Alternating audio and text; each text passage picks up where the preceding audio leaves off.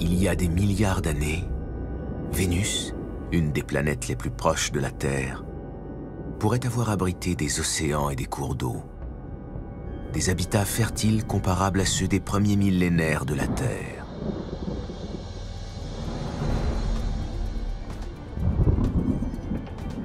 Aujourd'hui, sa surface carbonisée est le vestige d'une destruction volcanique ancienne. Son atmosphère est dense et toxique. Les scientifiques dévoilent des stratégies audacieuses qui leur permettront d'explorer ces paysages inhospitaliers afin d'en savoir plus sur la période où Vénus a été plus accueillante. Comment Vénus est-elle devenue une planète aussi hostile? Et comment la Terre est-elle restée une planète hospitalière?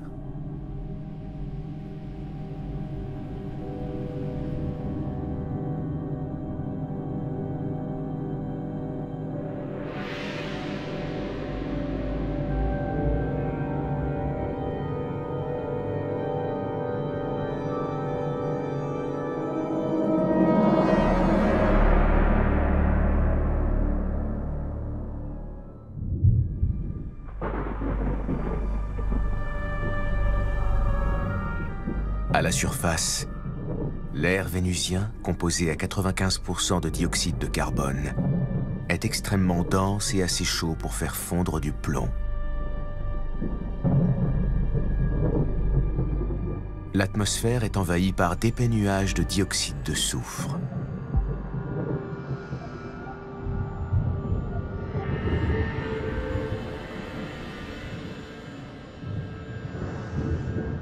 Les sondes envoyées sur Vénus n'ont jamais résisté plus de 2 heures. Voici les seules photos prises à la surface, envoyées par les sondes du programme soviétique Venera dans les années 70.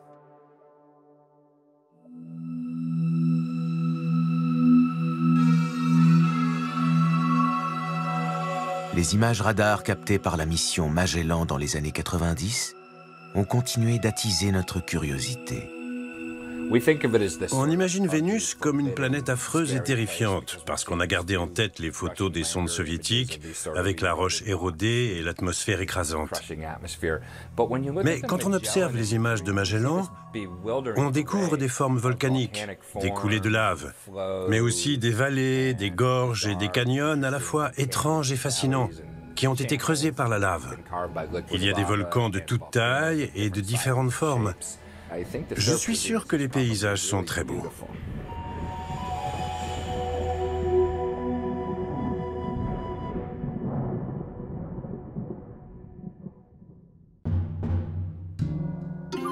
Il y a des milliers d'années, en Asie, des observateurs voyaient en Vénus 2 étoiles différentes. Kiming, l'étoile étincelante du matin, et Shenyang, l'astre exalté de l'Ouest, visible le soir. Elle est toujours proche de l'horizon. On ne verra jamais Vénus au zénith à minuit. Elle sera toujours vers l'horizon à l'aube et au crépuscule. Les prêtres sumériens l'associaient à Inanna, la déesse de la sexualité, de la fertilité, de la beauté et de la séduction.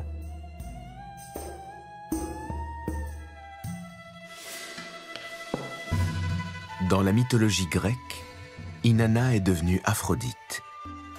Cette divinité née de l'écume protège les marins et nous invite à nous aventurer dans l'inconnu. Le mois d'avril était celui de Vénus dans la Rome antique. Durant les fêtes des Vinalia, les Romains célébraient la pureté et la piété. De l'autre côté de l'Atlantique, Vénus était considérée comme le petit frère du Soleil. D'une certaine façon, les plus fins observateurs de Vénus étaient les Mésopotamiens, les Aztèques, les Mayas et les Toltèques. Dans ces cultures, Vénus était une figure masculine, un guerrier macho armé d'une lance qui s'aventurait dans les enfers pour affronter les ennemis de l'humanité. Dans notre culture, on pense plutôt à la Vénus de Botticelli, mais à travers le monde, elle a été représentée d'une multitude de façons. Avec le temps, les mythes autour de Vénus ont été éclipsés par la science.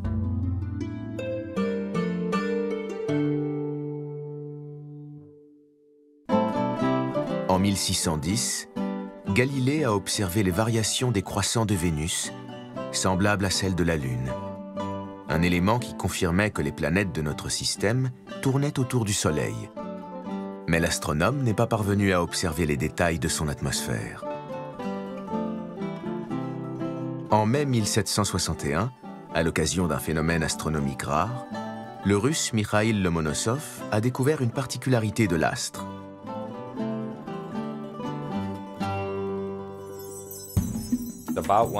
Environ une fois par siècle, Vénus passe entre le Soleil et la Terre. On voit un petit point qui se déplace devant le Soleil. Vénus traverse le disque solaire. Au début et à la fin de ce déplacement, quand elle croise l'extrémité, quelque chose d'étrange se produit. Une distorsion qu'on appelle la goutte noire.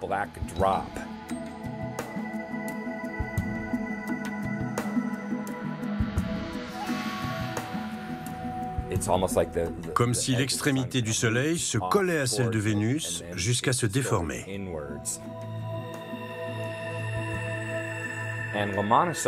Lomonossov a compris que ce n'était possible qu'à condition que Vénus soit dotée d'une atmosphère.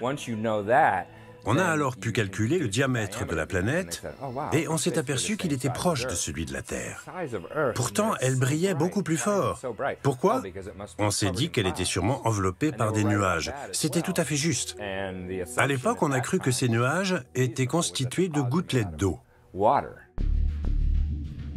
Ces similitudes entre Vénus et la Terre ont inspiré les auteurs de romans fantastiques et de science-fiction.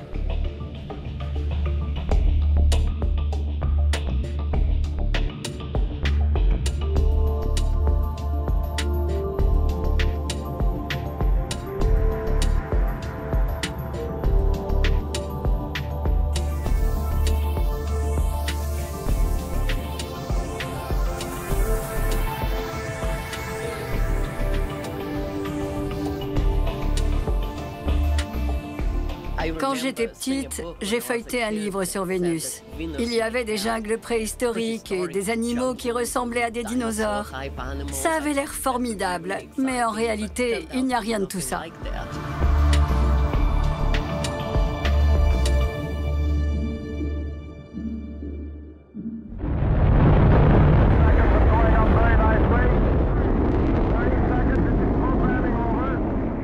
Au début de l'ère spatiale, Mariner 2 a été la première mission à atteindre une autre planète. En 1962, Mariner 2 a été la première sonde à survoler Vénus. Ça nous a permis de découvrir qu'à la surface, la température était très élevée. Ça a douché les espoirs de ceux qui voulaient explorer Vénus. L'idée que c'était une planète habitable pour les hommes, couverte de forêts luxuriantes, ne tenait plus la route. Grâce à Mariner 2, les équipes de la NASA ont constaté que Vénus tournait très lentement sur elle-même et dans le sens inverse de celui de la Terre. C'était un triomphe pour les Américains.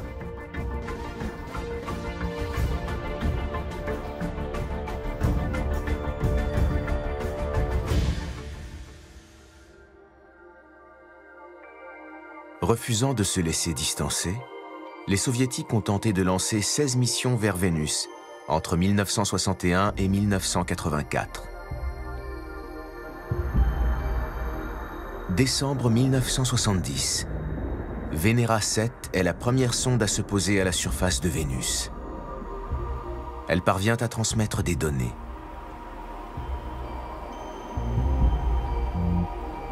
Cinq ans plus tard, les sondes Venera 9 et 10 prennent les premières photos des paysages vénusiens.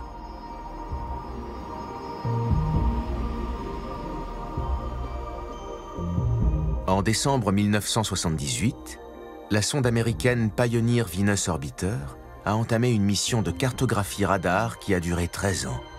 Elle a été rejointe par la sonde Pioneer Venus Multiprobe, qui est entrée dans l'atmosphère de l'astre. 11 ans plus tard, Magellan a été lancé depuis une navette spatiale américaine pour un voyage de 15 mois en direction de Vénus. Okay, Pierre, we copy, check out.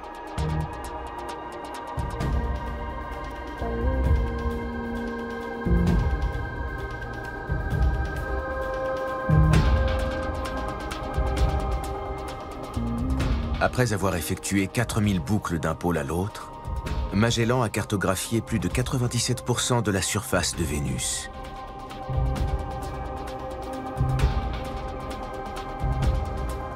Ces images ont permis aux scientifiques de découvrir que la croûte de Vénus était très épaisse.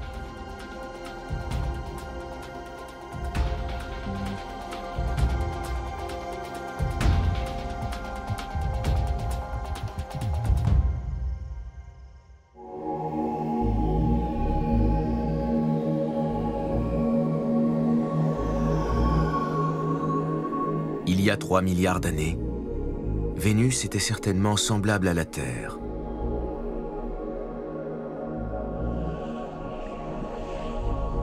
Les conditions favorables au développement de la vie étaient présentes. Tout indique que Vénus et la Terre ont été jumelles. Elles ont le même diamètre, elles font partie du même système. Plusieurs éléments indiquent que l'environnement de Vénus ressemblait à celui de la Terre peu après sa formation. Les deux planètes avaient des océans d'eau chaude et d'autres particularités nécessaires au développement de la vie au moment où elle est apparue sur Terre.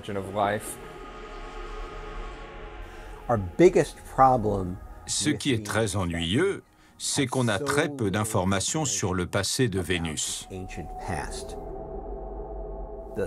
La surface et l'atmosphère d'une planète sont comme une scène de crime.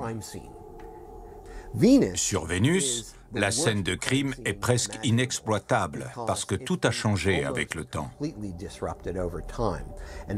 Les scientifiques qui veulent reconstituer son passé cherchent à répondre à une question cruciale. Quand l'évolution de Vénus a-t-elle divergé de celle de la Terre ? Vénus et la Terre sont jumelles en quelque sorte. C'est la seule planète de notre système qui a encore une activité géologique comparable à celle de la Terre. C'est comme un laboratoire géant qui nous permet de comprendre la Terre en étudiant leurs points communs et leurs différences. Vénus est un peu la jumelle maléfique de la Terre. En l'observant, on voit que deux planètes qui ont le même diamètre, la même densité et qui sont à peu près à la même distance du Soleil ont évolué de façon très différente.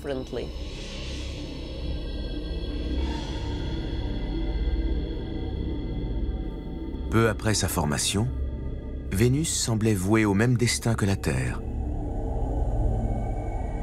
D'après les données captées par les radars, il semble qu'autrefois, il y avait de l'eau sur Vénus.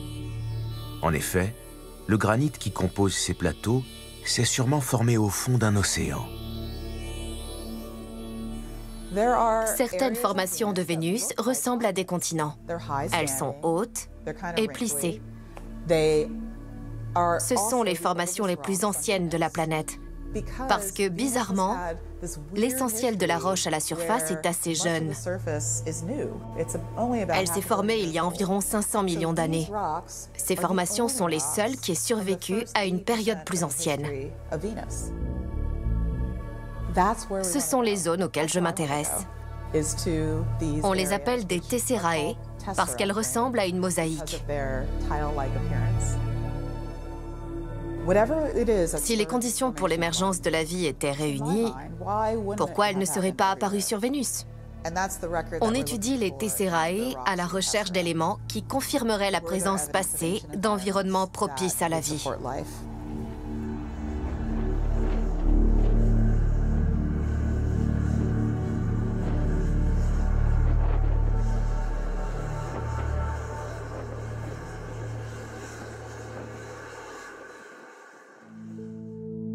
Vénus a plusieurs points communs avec la Terre.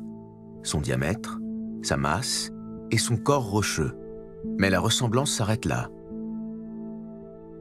Les scientifiques ont déterminé que lors des dernières phases de leur formation, les planètes ont subi plusieurs collisions de très grande ampleur.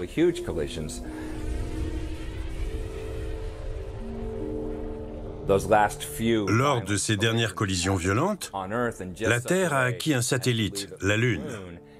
Sur Vénus, la puissance et l'angle des impacts n'ont pas permis la formation d'un satellite, mais elles ont influé sur sa vitesse de rotation, qui est très lente. Il faut 243 jours à Vénus pour faire un tour sur elle-même.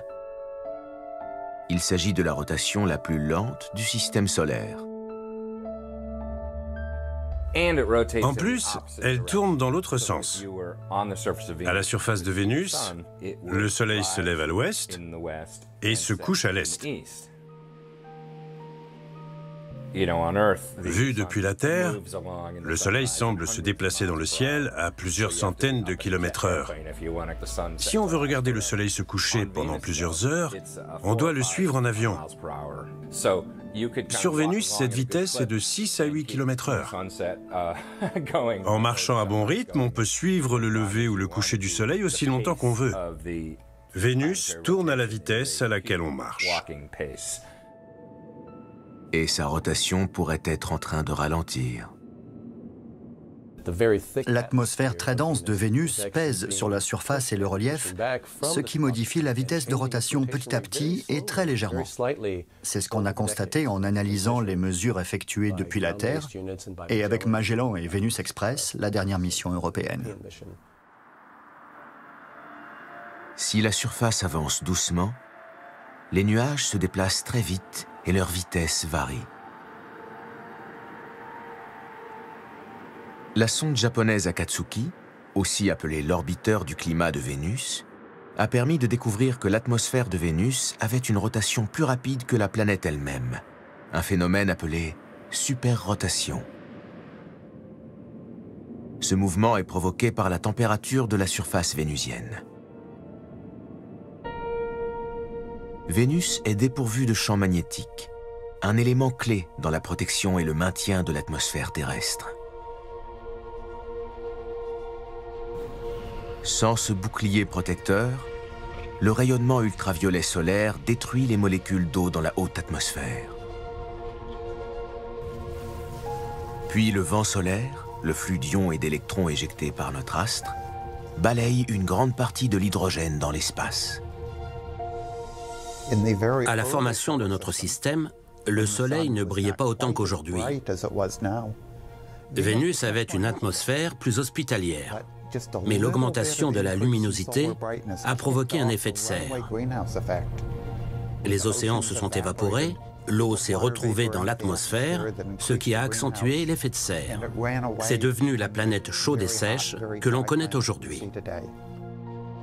On est convaincu qu'il y a eu beaucoup plus d'eau à la surface de Vénus que ce qu'on observe actuellement. La planète abritait certainement un océan peu profond, mais on ne sait pas vraiment quand cette eau a disparu. L'eau a peut-être été présente pendant plusieurs milliards d'années. Des milliards. Sur Terre, la vie a évolué très vite après la période où la planète a été heurtée par des météorites. Pourquoi ça n'a pas été le cas sur Vénus? L'absence de vie sur Vénus nous aide à mieux comprendre la Terre.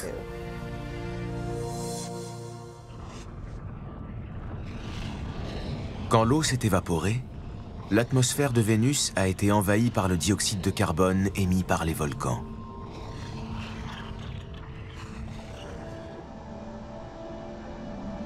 Mais sans les océans, ce dioxyde de carbone n'est plus absorbé et entretient l'effet de serre. Les océans se sont évaporés, notamment à cause de la vapeur d'eau qui a alimenté l'effet de serre. Plus l'eau s'évaporait, plus l'atmosphère se réchauffait à cause de l'effet de serre entretenu par l'évaporation de l'eau.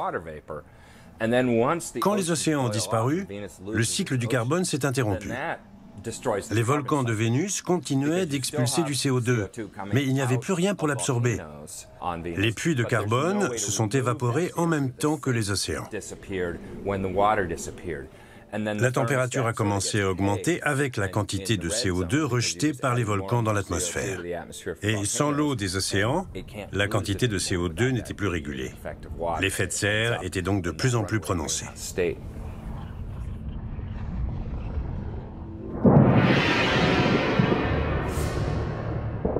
Pourquoi le niveau de CO2 expulsé par les volcans était-il élevé sur Vénus et négligeable sur la Terre? La différence s'explique par la géologie des deux planètes. Le noyau de la Terre, comme celui de Vénus, comprend du fer en fusion. Avec le temps, la décroissance radioactive de l'uranium, du thorium et du potassium génère de la chaleur. La roche en fusion perce la croûte terrestre là où elle est la plus fine, au milieu des océans. La lave envahit les fonds marins. Avec la tectonique des plaques, des monts sous-marins poussent les plaques lithosphériques, constituées de la croûte et du manteau terrestre. Quand ces plaques océaniques entrent en contact avec la croûte continentale, plus épaisse, elles plongent en dessous. La friction fait fondre la roche, une réaction accélérée par l'eau des océans. Des réservoirs de magma se forment.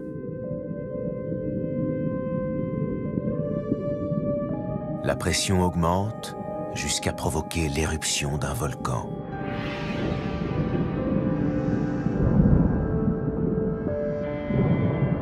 La tectonique des plaques est à l'origine de 80 éruptions volcaniques par an. Ce phénomène peut produire une énergie telle qu'elle bouleverse le cours de l'histoire de notre planète.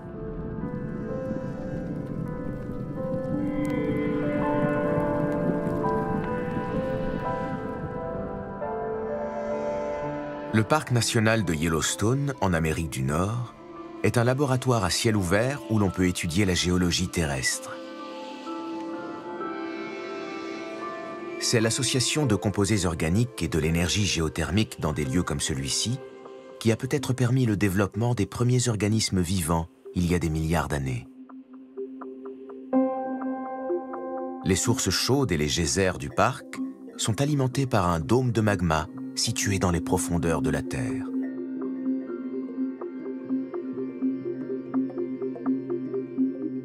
Tous les 600 000 ans environ, le magma pousse le plateau de Yellowstone. Des gaz chauds et de la lave sont expulsés à travers les fissures de la croûte terrestre. Le plateau s'effondre, ce qui entraîne des éruptions explosives. Les nuages de cendres éjectées s'étendent sur toute la surface du continent.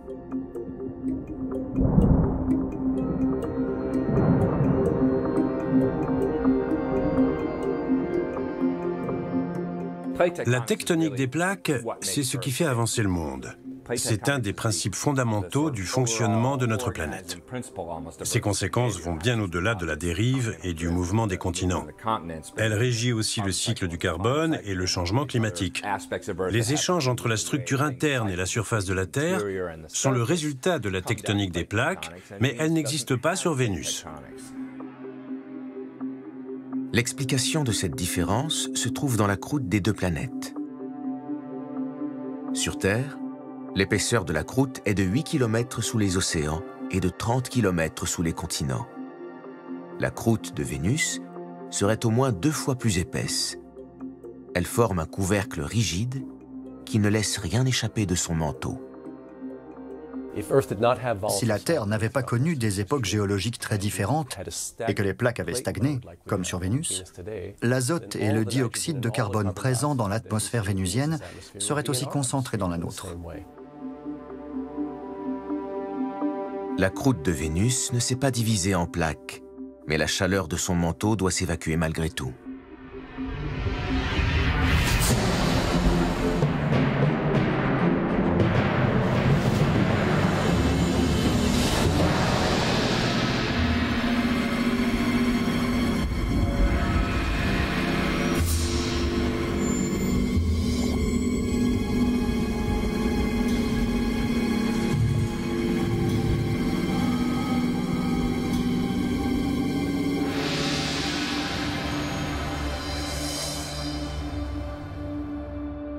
Vénus est une planète très volcanique. La majorité de sa surface est couverte de volcans de différents types. Sur les données des radars, dont la précision est de 100 mètres par pixel, on voit des petits cônes volcaniques, mais aussi des coulées de lave gigantesques qui s'étendent sur des milliers de kilomètres.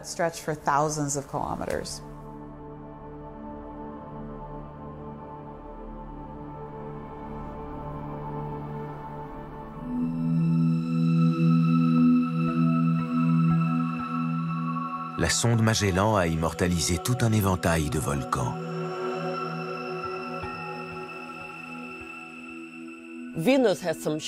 Vénus abrite des volcans boucliers.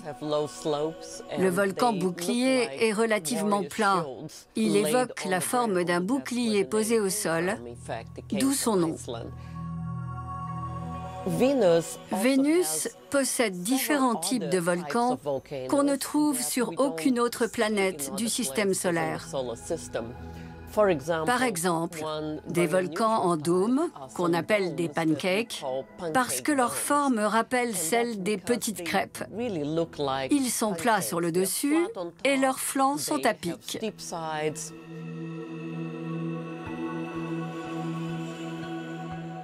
Certains de ces dômes ont des bords fracturés et accidentés.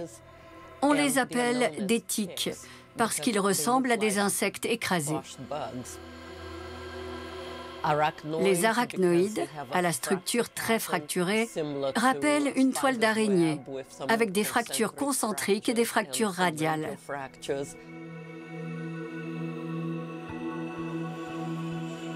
Les coronae sont des structures volcaniques très vastes, dont la forme indique qu'une partie de la roche de la croûte est peut-être renvoyée dans le manteau. Les coronae vénusiennes sont semblables aux calderas terrestres, avec des fractures concentriques et des effondrements successifs. Une colonne éruptive de gaz chaud et de cendres s'élève jusqu'à la surface et des volcans se forment, un peu comme ce qu'on observe à Hawaï. Les volcans qui constituent la Grande Île mesurent 150 km de large à eux deux. Mais sur Vénus, quelques coronae sont encore plus vastes. Vénus compte quelques volcans gigantesques. L'un d'eux fait 2600 km de diamètre. Sur Vénus, où rien n'indique qu'il y ait une tectonique des plaques, c'est par l'intermédiaire des volcans que la chaleur s'évacue ou qu'elle s'est évacuée par le passé. Les traces d'activité volcanique à la surface sont un témoignage de la manière dont Vénus essaie de se rafraîchir, dont sa structure interne rejette la chaleur et achemine le magma brûlant à la surface. Il y a 500 millions à 1 milliard d'années, un phénomène de grande ampleur s'est produit. Quand on observe Vénus depuis des satellites et qu'on compte les cratères visibles, on s'aperçoit que l'essentiel de sa surface est très jeune d'un point de vue géologique. Il y a 500 millions d'années, quelque chose a provoqué des éruptions volcaniques sur toute la surface de Vénus, alors qu'elle fait le même diamètre que la Terre. Aujourd'hui, on essaie toujours de déterminer la nature et les causes de cet événement.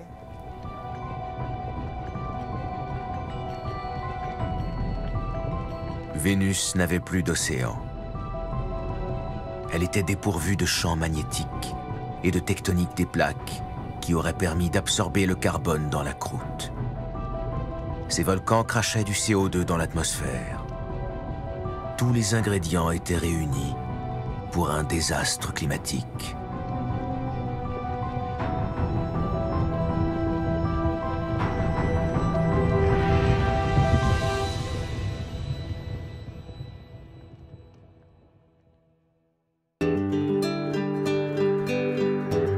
Pendant ce temps, sa jumelle, la Terre, a réussi à cultiver une biosphère complexe et en perpétuelle évolution. L'étude des trajectoires opposées de la Terre et de Vénus est un des pivots d'une des plus grandes quêtes de la science moderne, la recherche d'autres systèmes solaires et de mondes habités dans la galaxie.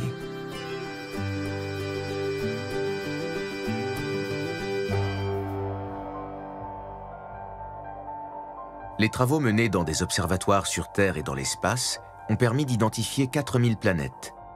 Des milliers d'autres pistes n'ont pas encore été explorées.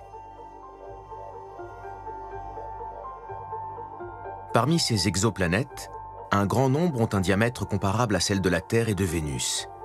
L'orbite autour du Soleil de leur système les rend habitables et elles peuvent abriter de l'eau sous ses 3 états, liquide, solide et gazeux. D'après des études statistiques, ces planètes pourraient être au nombre de plusieurs milliards dans notre galaxie.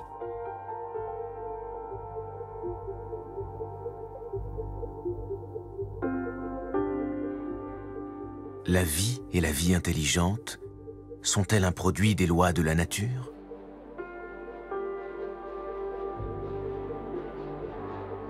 Ou le fruit du hasard? Un événement fortuit dont les conditions sont difficiles à réunir au cours de la vie d'une planète? Vénus ne nous a pas encore fourni les réponses à ces questions.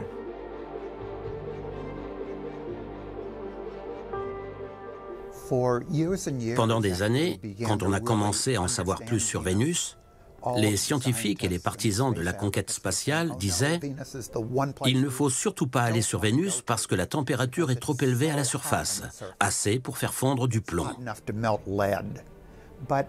Mais il s'avère que la température baisse quand on monte en altitude. Dans une des zones de Vénus, les conditions sont proches de celles du niveau marin sur Terre. La découverte de conditions habitables dans la haute atmosphère de Vénus a inspiré aux ingénieurs et aux scientifiques une mission révolutionnaire. D'abord, un véhicule pénétrerait dans les couches supérieures de l'atmosphère vénusienne. Au lieu d'atteindre la surface, il déploierait un dirigeable dont la longueur pourrait atteindre 130 mètres.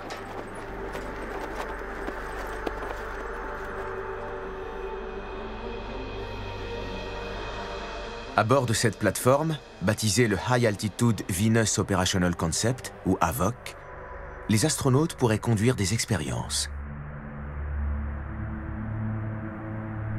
Elle pourrait même constituer la première pierre d'un avant-poste sur Vénus.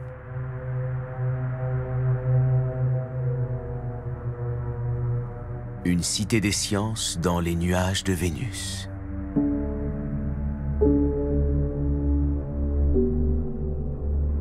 L'objectif serait d'exploiter les avantages de l'atmosphère de Vénus.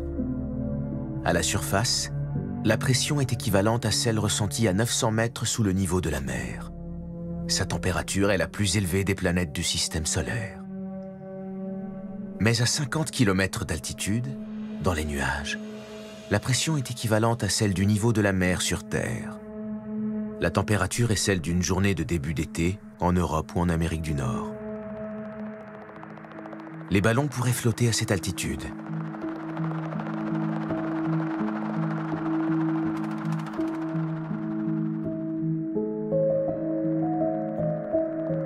Imaginez des astronautes à bord d'un dirigeable, flottant dans des nuages d'acide sulfurique.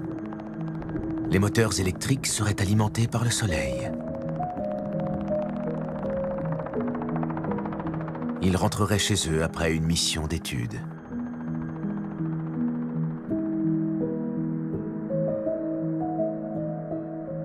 Ce qui serait formidable avec les gros dirigeables déployés dans l'atmosphère de Vénus, c'est que la pression intérieure et la pression extérieure seraient proches. Ils n'exploseraient pas en cas d'accident. Voici des projections d'une cité dans les nuages de Vénus. Pour construire une station aussi complexe, nous devrons réussir à extraire des matériaux, comme la fibre de carbone, directement depuis l'atmosphère.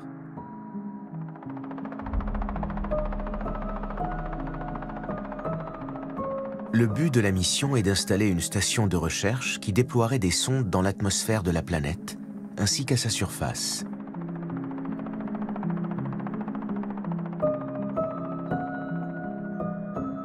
Depuis leur plateforme flottante, les chercheurs s'efforceraient de reconstituer l'histoire géologique de Vénus et de comprendre les rapports entre la surface et l'atmosphère. Ils chercheraient à localiser les volcans en activité et étudieraient les interactions entre les éléments physiques, chimiques et peut-être biologiques de l'atmosphère, avec pour ambition de comprendre comment Vénus est devenue aussi inhospitalière.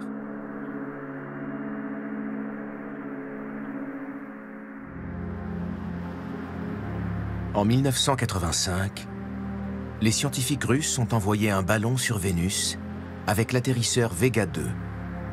La mission a affronté des vents de 240 km/h. Le ballon d'un diamètre de 3,5 mètres a trouvé une altitude stable à 54 km de la surface, dans la couche nuageuse la plus active. Il a effectué un voyage de 7400 km au-dessus de la face éclairée de la planète.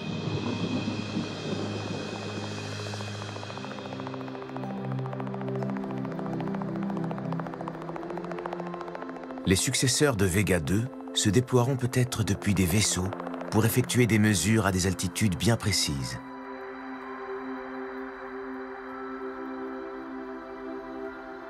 Ces ballons pourraient former un réseau de capteurs capables de détecter des signes d'activité sismique.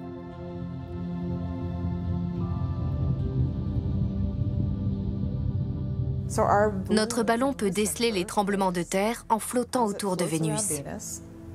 L'avantage, c'est qu'avec une atmosphère aussi épaisse, les ondes sonores des séismes se propageront jusque dans l'atmosphère et seront détectables depuis un ballon et même en orbite. C'est génial.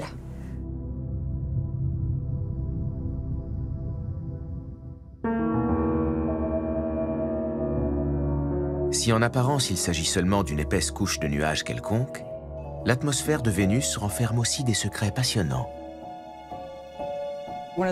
Parmi les composants les plus importants de l'atmosphère de Vénus que nous devons étudier, il y a les fossiles moléculaires qu'elle abrite.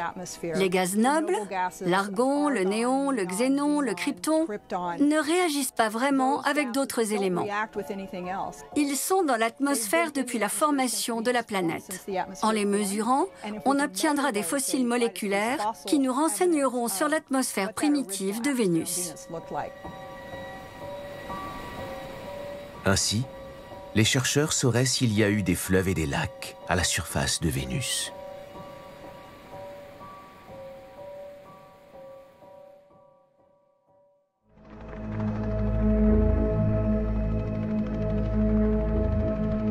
Si un jour les hommes évoluent dans les nuages acides de Vénus, ils s'apercevront peut-être qu'ils ne sont pas seuls. Il y a une centaine d'années, les astronomes ont commencé à remarquer des taches sombres qui apparaissaient uniquement dans le rayonnement ultraviolet. Les spécialistes de l'atmosphère de Vénus ont repéré une signature qu'ils ne parviennent pas à expliquer. Quelque chose dans les nuages absorbe les rayons UV, mais on ne sait pas de quoi il s'agit. Les rayons sont peut-être absorbés par des organismes vivants, des créatures des nuages.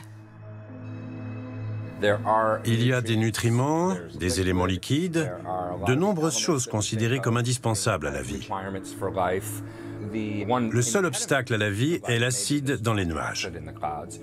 Mais on a découvert sur Terre des organismes extrémophiles, et notamment des organismes acidophiles, qui survivent dans des environnements très acides. Certaines bactéries terrestres, comme Thiobacillus ferrooxidans, ont un spectre d'absorption proche de ce qu'on a observé sur Vénus.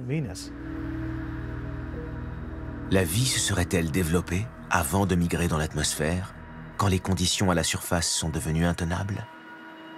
Sur Terre, on a découvert des microbes à 40 km d'altitude. La vie s'est développée sur Terre il y a 4 milliards d'années.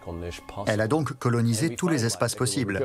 Elle est partout, aussi bien dans les profondeurs que dans les nuages. Si on réussit à aller sur Vénus et à flotter dans son atmosphère, on doit essayer de déterminer si les conditions nécessaires au développement de la vie y sont réunies et si elle abrite des organismes vivants.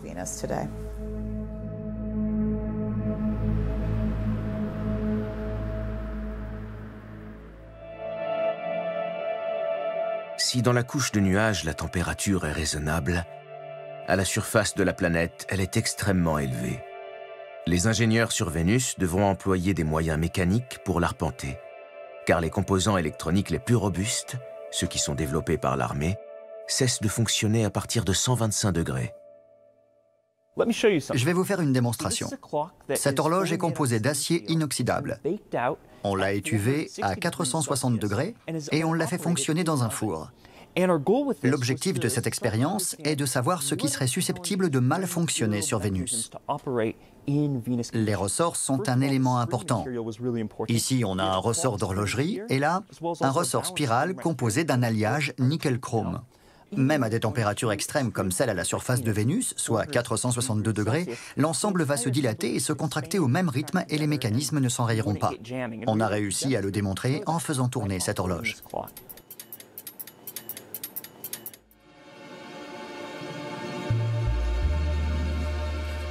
À l'instar de celle de Mars, l'exploration de Vénus nécessitera des déplacements. Mais la plupart des technologies utilisées par les scientifiques ne fonctionneront pas sur Vénus. C'est notamment le cas de l'électricité solaire. On peut exploiter l'énergie solaire à la surface de Vénus, mais à des niveaux bien inférieurs à ce qu'on est capable de faire sur Terre. À cause de l'épaisse couche de nuages et du décalage vers le rouge de la lumière, les panneaux solaires fonctionnent moins efficacement. L'autre difficulté, c'est la longue nuit de Vénus. Elle dure environ 60 jours. On cherche donc à exploiter l'énergie éolienne. Les vents de surface sont lents et denses. Si on extrait l'énergie de ces vents avec une turbine et qu'on la transmet aux roues, le véhicule pourra se déplacer lentement avec un couple élevé. En exploitant l'énergie du vent, on pourra faire avancer des véhicules à la surface de façon mécanique. On pourra envoyer des capteurs et des radios à la surface. Mais la puissance de traitement, les ordinateurs utilisés pour la mission resteront dans un véhicule en altitude. Comme un avion qui volerait à 50 km de la surface, ou bien encore un satellite.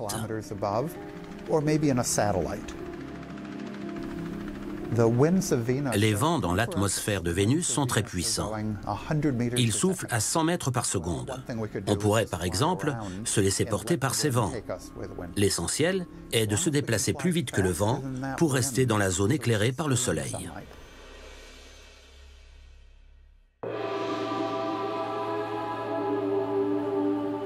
Malgré la température extrême qui règne à la surface de Vénus et les pluies acides qui tombent en permanence, les astronomes situent la planète dans ce qu'on appelle la zone habitable étendue. En étudiant Vénus, on peut se demander où est la limite de la zone habitable. Aujourd'hui, dans notre système solaire, on la place entre la Terre et Vénus. Mais il y a plusieurs milliards d'années, quand elle possédait un océan, Vénus était dans la zone habitable. Les chercheurs pensent qu'à un moment donné, la pression atmosphérique sur Mars était plus élevée et l'atmosphère certainement plus chaude et plus humide. Sur Vénus, la pression a été moins élevée et les quantités d'eau plus importantes qu'actuellement. Aujourd'hui, l'environnement est très sec. À l'époque où la pression était plus basse et l'eau présente, la planète était sûrement habitable. Les conditions ont dû évoluer avec le temps.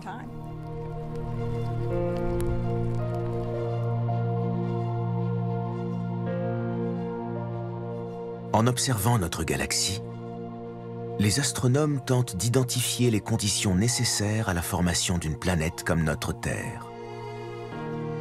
Les exoplanètes sont trop éloignées pour qu'on puisse les étudier en détail. Mais les recherches sur Vénus nous permettent de mieux comprendre ces mondes lointains.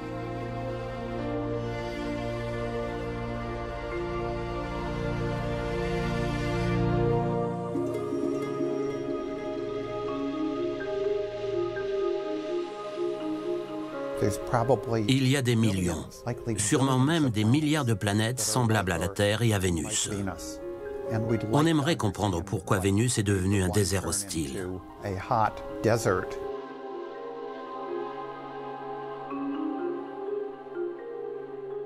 Et pourquoi la Terre abrite de l'eau sous forme liquide et a permis à la vie de se développer.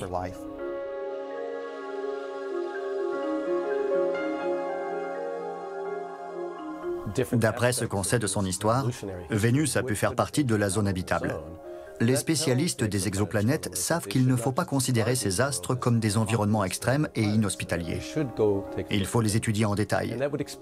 On sait maintenant que la zone habitable peut être beaucoup plus proche de l'étoile centrale du système.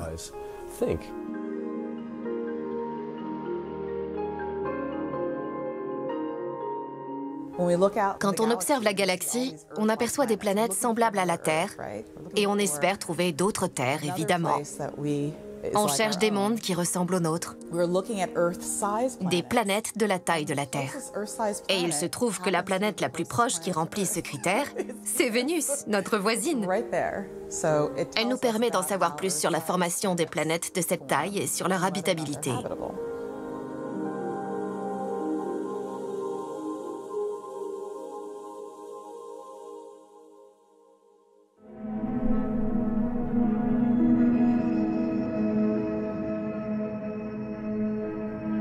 Deux planètes, nées au même moment, de taille et de masse comparables, faites de la même matière.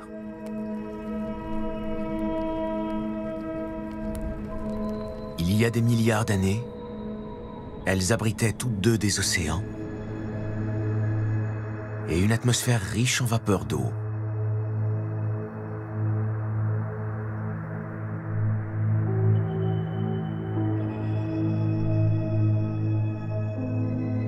Avec le temps, l'une de ces planètes s'est parée de vert et de bleu, les couleurs de la vie. Quant à l'autre, elle s'est enveloppée d'une brume toxique.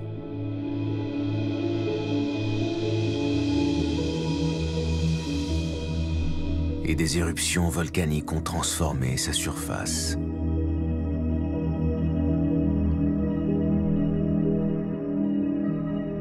De ces deux mondes, lequel est le plus commun dans le cosmos?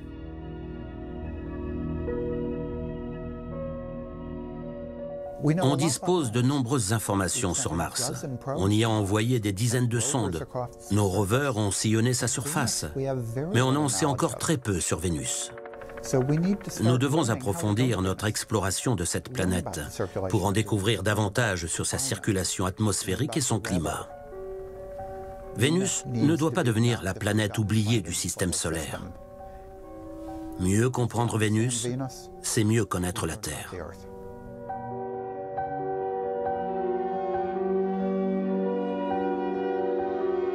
J'imagine qu'un jour, quand on aura mis au point des drones ou des véhicules adaptés et qu'on pourra envoyer des hommes à la surface équipés de combinaisons protectrices, on arrivera à observer Vénus comme il se doit. Et on se dira, c'est fou, on n'imaginait pas que c'était aussi beau.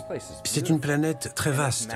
Les terres vénusiennes sont bien plus étendues que les nôtres, puisque l'eau recouvre plus de 70% de la surface de la Terre. Quand ce sera possible, on explorera Vénus et on sera émerveillé.